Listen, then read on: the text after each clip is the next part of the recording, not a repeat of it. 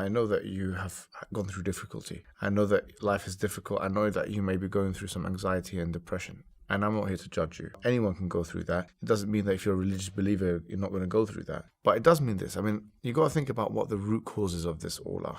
Why you're living such an unfulfilled life right now. I would say to you, look, the reason why you're living an unfulfilled life, and this is not something you're going to hear from a psychologist or a counselor. This is not something you're going to hear from a doctor. I think the reason why you're living this unfulfilled life as it stands, and why you've got this chronic anxiety and this depression and this feeling of meaningless and hopelessness is because the basic human function is not being met. Because you don't have a purpose of life which is solid, because you don't have something to anchor on. And I know this for a fact because I've done these experiments when I went to Scandinavian countries and spoke to lots of people about completely unrelated topics. And they were all telling me, look, I mean, meaning has some kind of connection with how they feel in terms of depression, anxiety, and even there's a phenomenon of suicide that's happening in those areas. So what I'm saying to you is that to kind of remove yourself or to get better from that, you need to think about what the purpose of life is. And the purpose of life is the following.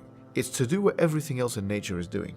And everything else in nature is submitting to that which brought its existence about. That's what everything else in nature, this cup here, this one, that one, even the inanimate objects, they are submitting to that which brought about its existence. So the first question is, you have to admit what brought about your existence, then think about that purpose of life, which is to do what everything else in nature is doing. Submit to that which brought about your existence.